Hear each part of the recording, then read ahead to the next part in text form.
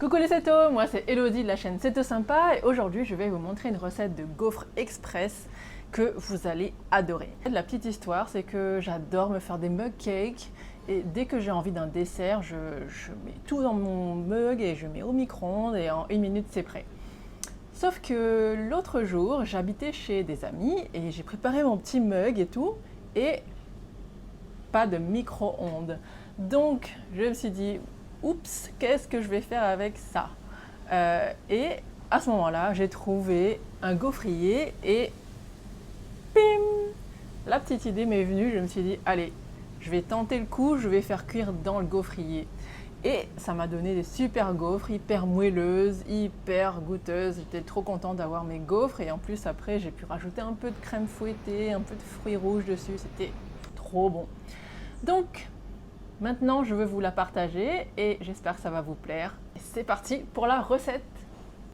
Pour commencer, il vous faut un œuf, 40 g de lait de coco ou un autre lait si vous préférez lait d'amande ou autre chose, 10 g d'huile de coco ou de beurre fondu, 10 g de farine de coco ou 30 g de poudre d'amande si jamais vous n'aimez pas la farine de coco, une cuillère à soupe d'érythritol, un quart de cuillère à soupe de levure chimique, un quart de cuillère à soupe de psyllium en poudre.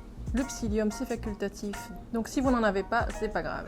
Et maintenant, il n'y a plus qu'à tout mélanger dans un bol, l'œuf, le beurre, le lait de coco, la farine, l'érythritol, la levure, le psyllium si vous en avez, une pincée de sel, et puis une pointe de cannelle ou un peu de zeste de citron pour parfumer votre pâte. Ensuite, vous mélangez bien le tout à l'aide d'une petite cuillère jusqu'à ce qu'on obtienne une pâte bien homogène.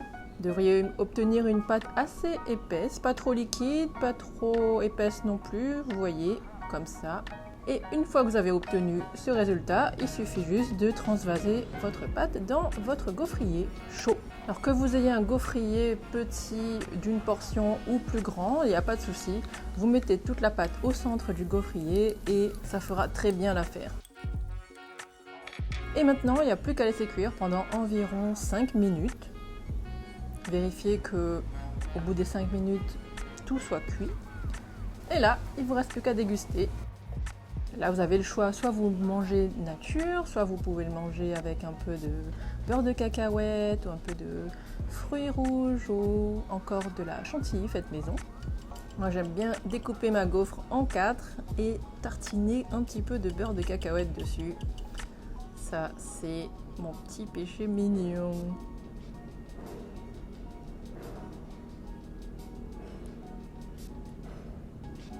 Et voilà, il n'y a plus qu'à déguster.